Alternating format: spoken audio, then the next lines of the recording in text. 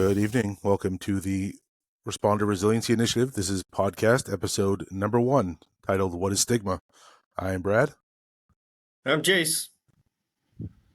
and we're your hosts of this podcast in this community. Welcome. Welcome. Join us tonight for a very intense conversation about something that's very near and dear and important to all of us. Yeah. We'll get right off the bat, let's start it off.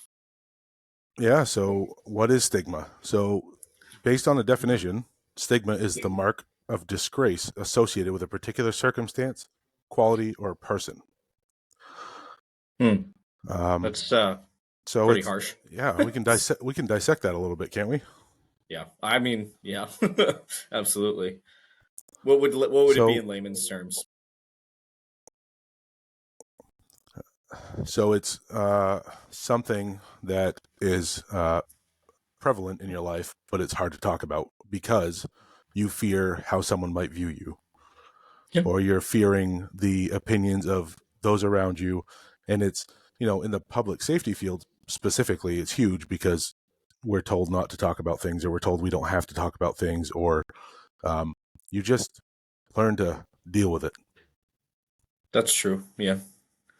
It's not very easy, right? I mean, just brush everything under the rug and expect everything to be fine the next morning, just going call to call. Yeah. And I think that's the expectation, is that, because you do that type of work, that you're expected to just brush it off and go because people out there need you.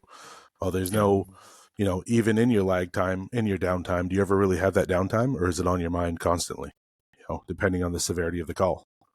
Right. Or not even on your mind, or is it on your mind to push it out of your mind too, right? Right.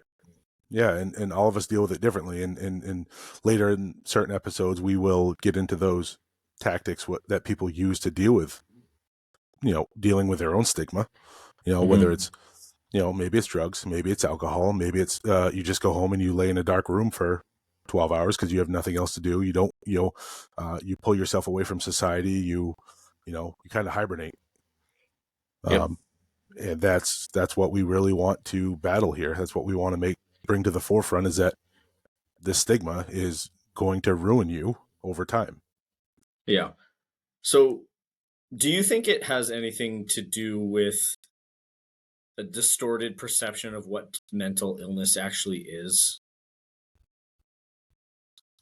You know what I mean? Like being let's just say a police officer, right? You deal with somebody who has a mental illness every day, right? And you don't want to be that person. You're not that person, clearly, but there's a perception around it. There's a stigma around it that you can't be that person. So it's hard to differentiate the two, right? Yeah, I think it becomes a little bit of your personality, in that you're out there to protect, and you can't protect if you need help from other people. If you need to talk about things, are you really fit to do the job? That's a scary question, because we all do. We all need that help. We all need to talk to people, whether it's a therapist or a friend. It doesn't. We all need to have that mentality where we can go to somebody and talk about it without feeling judged. And it's just, I think a lot of people just don't understand that it's a set, it's negative, and it's unfair of people to believe that a police officer, a firefighter, an EMT, a member of the military should go through all this stuff and not be able to say a thing about it, or just have to deal with it. Again, that air quotes, deal with it, is huge. Yeah. Even bringing yourself to get to that point of talking about it isn't easy. I think that's kind of the whole thing that surrounds it. Right. And I think you bring up a good point too, is like, you fear becoming the people you deal with, or you don't even really think about it, I guess, at times, because you're better, quote unquote, better than them. But you're really not. We all suffer mental health issues the same way, maybe to a different degree, or maybe at different levels and points in our lives. But that person on the side of the street that you're dealing with or arresting for the 45th time might have been you 20 years ago. Right. And you never know someone's true story until you sit down and talk to them, but everyone's so afraid to tell their story. Well, right. And then, the other thing is too, though, mental illness is huge right now, especially within this country. but it's okay. There's ways to go about it and be okay. And that's kind of where you need to figure that out. So I'm going to throw a quote out there that we've talked about a few times, and it all ties into this. And if you were to look at somebody and say, "Do you know it's okay not to be okay?" That Like one if hits that me hard. doesn't, yeah, if that one doesn't give you a little bit of chills, there's something wrong with you. Because I think that's us and that's society and that's your colleagues and your peers trying to break that stigma. Like it's Yep. okay to be broken. It's okay to need help. And while we're not here, we're not therapists. We're just bringing it to the forefront that we feel it's important to talk about. Well, yeah, because we see it through all fronts, especially in the job that we have as dispatchers and um, director now. But we see the police officers dealing with it. We see EMS staff dealing with it. We see firefighters dealing with it. The nurses, everybody. And plus we deal with the public who is dealing with it. So we see it on all the fronts, and it's not something easy to handle, but it's clearly not talked about enough, and which is too bad. It's really too bad, and I'm that's why I'm happy we're here. I'm happy we're doing this because um, it's okay to be talked about. We could talk about our feelings and it not be weird. You and I have had plenty of conversations in the past where opened up about things, and I personally have felt better afterwards, right? And you don't think less of me because of some of the things that we've talked about, right? No, no, and some of those things are even hard to hear, and sometimes it even maybe even formulates a little bit of an opinion of you that I didn't have before, but it's a respectful opinion. Or it's, Right. even if we get into a argument or a disagreement, we still come to terms with this conversation had to happen. Yep. And the thing that scares me is that, you and I both have a lot of friends who were recently involved in a pretty traumatic mass incident, and I'm afraid that they're going back to work, business as usual. And it scares me to think that, and I can only hope that they're out there talking about it if they have to, or reaching Yeah. out or being heard, or that, that type of stuff scares me, because especially our friends, we know how busy they are and how quick and easy it is to get back into the day-to-day operations of what they're doing. Yeah. Even that night, when does it when do you even get time to decompress? Right. The whole I mean, they department don't can't all, take time off at no, once. no, no. So it's Yeah. it's it's hard, It's a but scary thing for sure. And it's, I think, yeah. yeah. And I truly feel that things have changed a little bit, in the last year to 5 years. The window's getting a little bit smaller or bigger, I should say, that things are getting, this stigma is starting to shrink a little, but it's not gone. We still have a lot of work to do. And I think, especially the newer generation of responders, new generation of parents at home, new generation of, kids in school, where there's stigmas everywhere you go. And it all ties into the fact that it's okay not to be okay. It's okay to have these issues, and it's okay to have to talk to somebody. Yeah. No, Maybe you're absolutely. dealing with, again, drug addiction, alcoholism, divorce, like child custody issues. All that stuff is, people have gone through it before you. Hmm.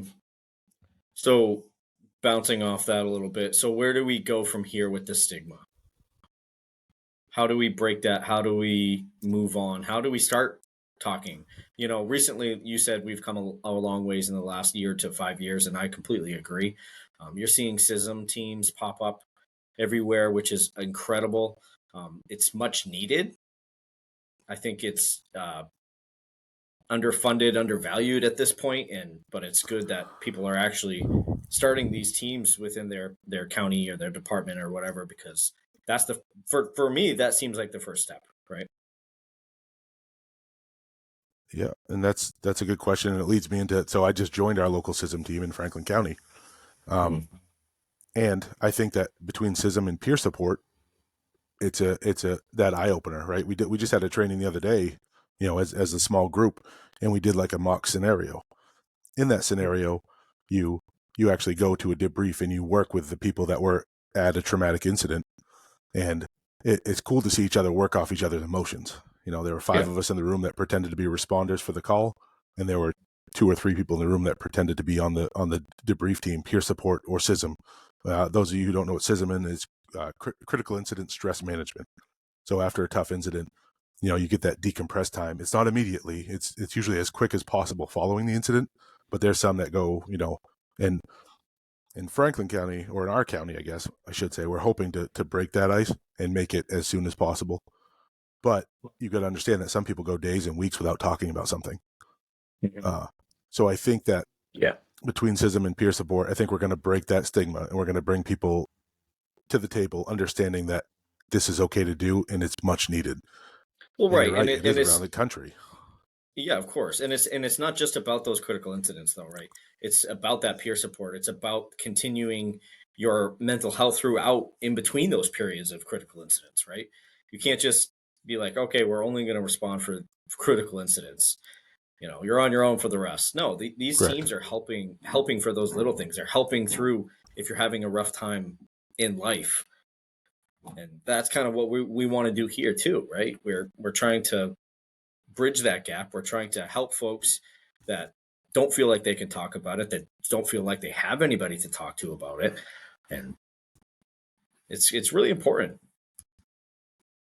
Yeah, and the biggest thing that we can do and that we are doing is just bringing the awareness. We will say it multiple times. You'll hear us say we're not therapists, we're not doctors, we're not paid to diagnose. We're not going to, if you're in a true crisis, we aren't going to be able to. We're going to get you help that you need. We're going to point you in a direction, but you have to understand that a lot of this stuff is a willingness to communicate and a willingness to admit that there's something going on in your life that you need help with. So we're going to hopefully be the people who can draw that out of you or make you realize and hear this and say, that might be me, or this resonates with me. What do I do next? Yeah, What do you do next? That's a good question. That's an open-ended question, but what do you do next? You talk to somebody, you tell one person, one trusted friend that you might have, or one trusted coworker, or if you do decide to go see a therapist, it's totally on you. But understand that you're opening a door to nothing but just a world of mental health being, mental health repair, if I should say. yeah, You're looking at a future of coming back and being able to work your job or be that dad or be that friend without all that baggage. So you can really focus on you and leaving the job at work, not being pissy around the house when you're on your day off, or being grumpy around the kids boy, because you're tired or dealing with something. yeah, hiding it. Hiding is the biggest thing I feel like that brings up all of those problems. So As we also do, right? Yeah, to we hide it. We Go ahead. yeah, go ahead. No, you're good. Let's say we hide it. We hide behind a smile, or we mask it behind the alcohol. And the alcohol at first isn't a problem, right? It's a little bit of a mask for, you know, I'll just have a couple beers when I get home, no big deal. And then it turns into 7 beers when I get home, 12 beers when I get home. Now you're drinking a bottle of bourbon when you get home, and it just turns into like there's nothing wrong with beer or bourbon. We love it, right? I don't mind sipping on one myself. The problem is Right, when it becomes that substance that you need to stop thinking about the demons at work. crutch. Right, Crutch. a crutch for sure. So what do you feel about first responder mental health training? Is it prevalent? Is it out there? And by first responders, I guess we'll kind of say we'll include lots of folks in that: the fire, EMS, PD, dispatchers, um, anybody who has to deal with those critical incidents. Is there training? Is there enough training? What do you think? So there is training. Is there enough? I think that's always a no. I think if you could go to a mental health class every year, an annual training, we do mandatory trainings every year on fire extinguishers. But our Huh, mental health, we might go to one class in our career that really, really resonates with us. And we had one of those not too long ago. that was incredible. Yeah. It was great, and there's a lot of, first responders teaching first responders about, like how to do it, basically talking about what we're talking about right now, Yeah. but how it actually affected them and made them lose their career or lose track of their career. Yeah. So yeah, the training's out there, and I think it's just a matter of you taking that step to search for it, find it, go to your administrator and tell them, hey, listen, this class I feel like is very, very important. And I think if we don't start doing something, our department could see a lot of turnover, which, you know, we see that a lot around here, but turnovers for multiple reasons, but this doesn't need to be one of those reasons. Right. So I think, yeah, searching, and even if it's, the problem is budgets are small, traveling is expensive, and everything's expensive these days. So people are afraid to ask to go to training, or administrators don't want to pay for that training because it's overly expensive. But I think we can agree that, the paying for someone to go to this training class is going to be a lot cheaper than paying for medical bills for an attempted suicide, through the insurance, or and it's scary. It's scary to think that way, but Yeah, you bring up a good point. Talking about the mandatory trainings each year, right? So we do have those fire extinguisher trainings and bloodborne pathogens, whatever the mandatory ones, right? So how many years have you been in dispatch?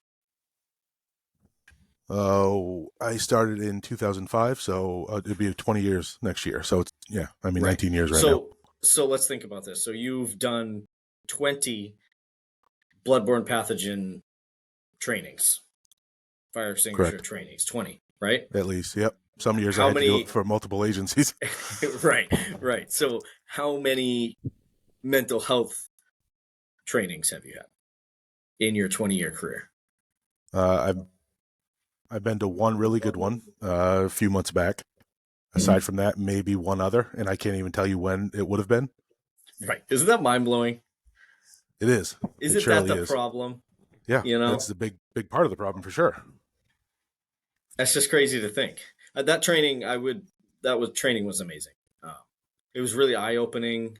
They brought a lot of good stuff to the table, and it wasn't just Joe Schmo, talking to you about mental health. It was somebody that got onto your level and had been in your shoes per se, and had seen some things and done some things, and they had a really great perspective and understanding. And that's the type of training that I think this that first responders need, period. Somebody that Yeah, can connect with them on that level. It's easy to go to a therapist, and I'm not downing therapy at all, but it's easy to go to a therapist, but they don't know, right? It's a lot easier to talk to somebody that knows.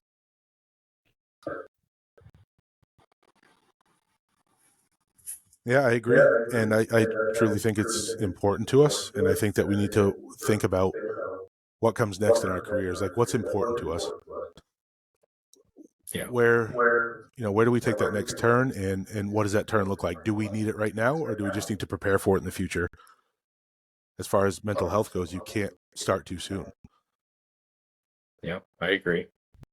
I just don't know how we get more of those trainings, more awareness, other than doing what we're doing right now, And that's getting it. people talking about it, That's it. getting people thinking about it, opening up those doors, right? I guess we're doing all we can. Yeah, and then going to those trainings, like what at the college, how many people were in that group with us? Would you say Oh, 30, 30? 35? And they were pretty far spread. There were people there from the city, a few cities over. There were people from southern Maine. There were people from central Maine. So you take that training and you think, if one person would go and tell a colleague or a coworker about this training and how much it impacted them, the word spreads like wildfire. We've seen it. It's the positive rumor mill, if you will. Yeah. Well, yeah, Everything we and do is just so negative, and yeah. going to that class it was a downer and an upper at the same time, right? Like you were there and you're like, oh wow, this is really sad, this sucks, but you're Well, yeah, also you have like, to holy, confront your feelings. right, you do. And sometimes it hurts, and sometimes it makes you start to point your finger at the problem, which is at times yourself. Hmm. But there's no need to get down on yourself over it. It's time to make that, once you realize that your finger's pointing back at you and you're like, oh no, that's not good, Hmm. that's when you start to really realize a change is needed. Yeah. Well, and then they bring you right back with but it's okay not to be okay. And you're like, Yeah. oh my goodness. Yeah, I feel that, right? We could talk about personal experiences all the time, and how we all deal with things. It's all so different, right? So personally, my way of coping, I drive quite a ways away from where I work, right? Just about an hour. but that's always been my decompression time. Hmm. But is it decompression or is it putting things under the rug? You know, need to figure that out. Well, and yeah, that's true. You're right, because I mean, same with me for a while there. I was driving, about 45 minutes, and on my way home, it was music, window down. Back when I used to, chew, I used to have a chew in. Like I'd get my mind off of work. I never Yeah. dealt with it. I just sent it away.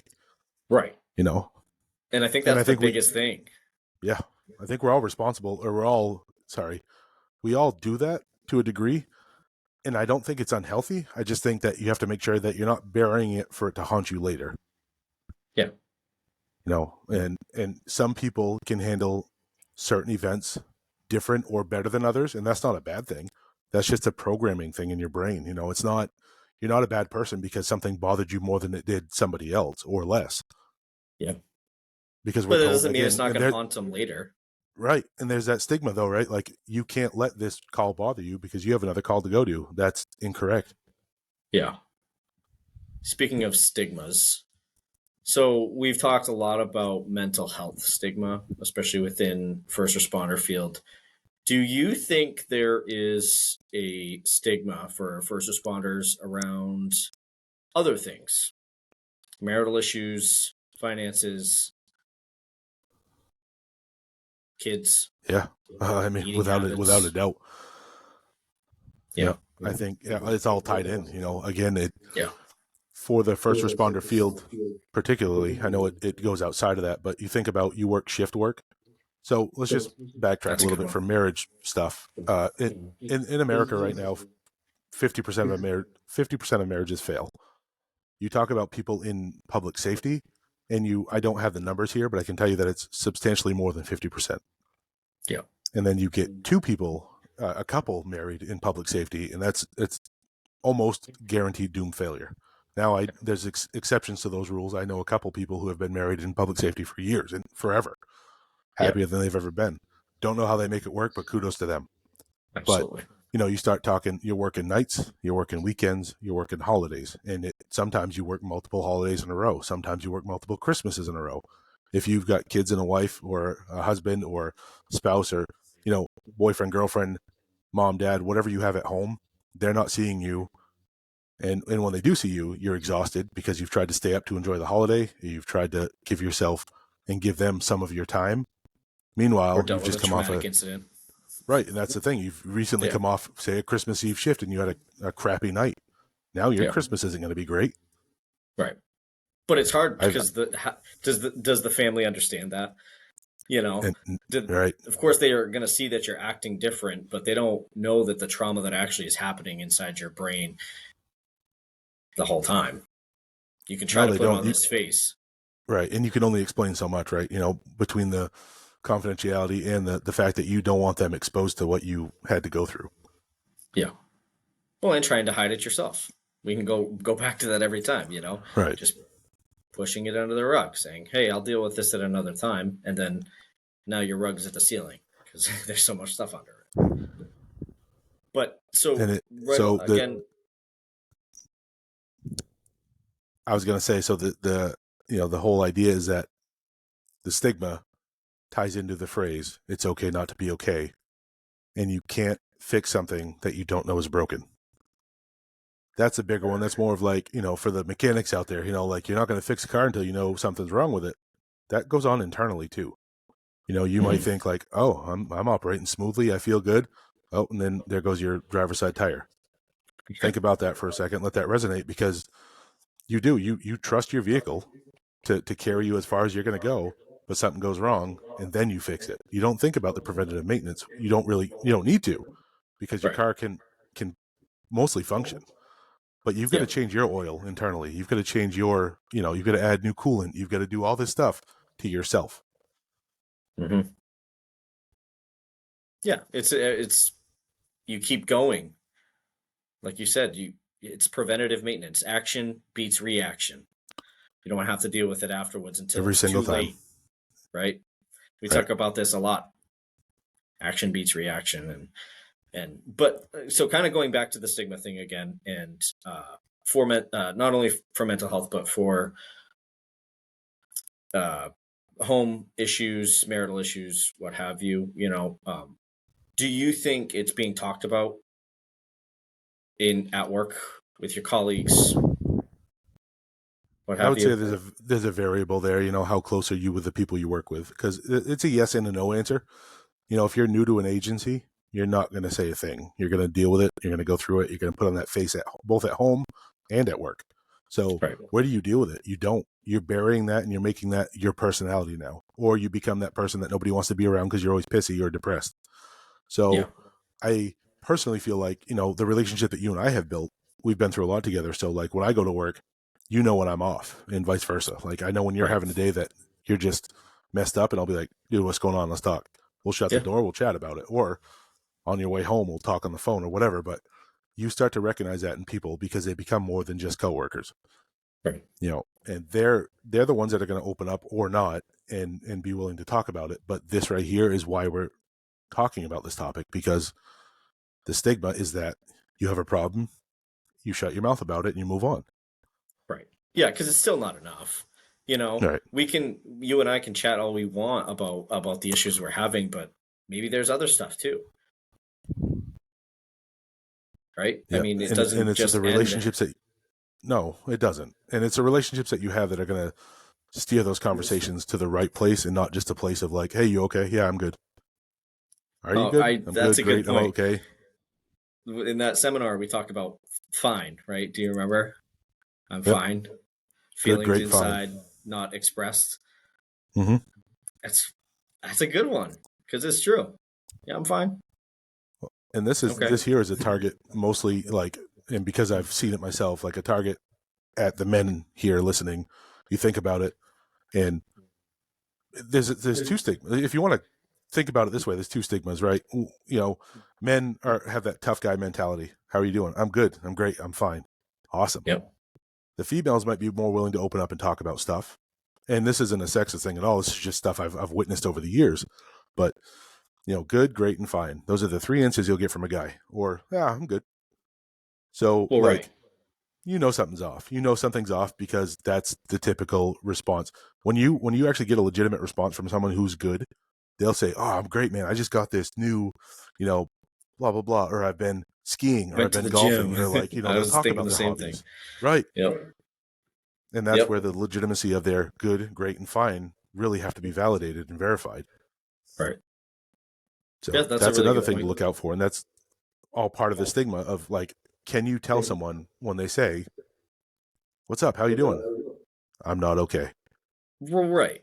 Yeah, you and I obviously have that understanding, being friends for so long now, that I can go to you with those things.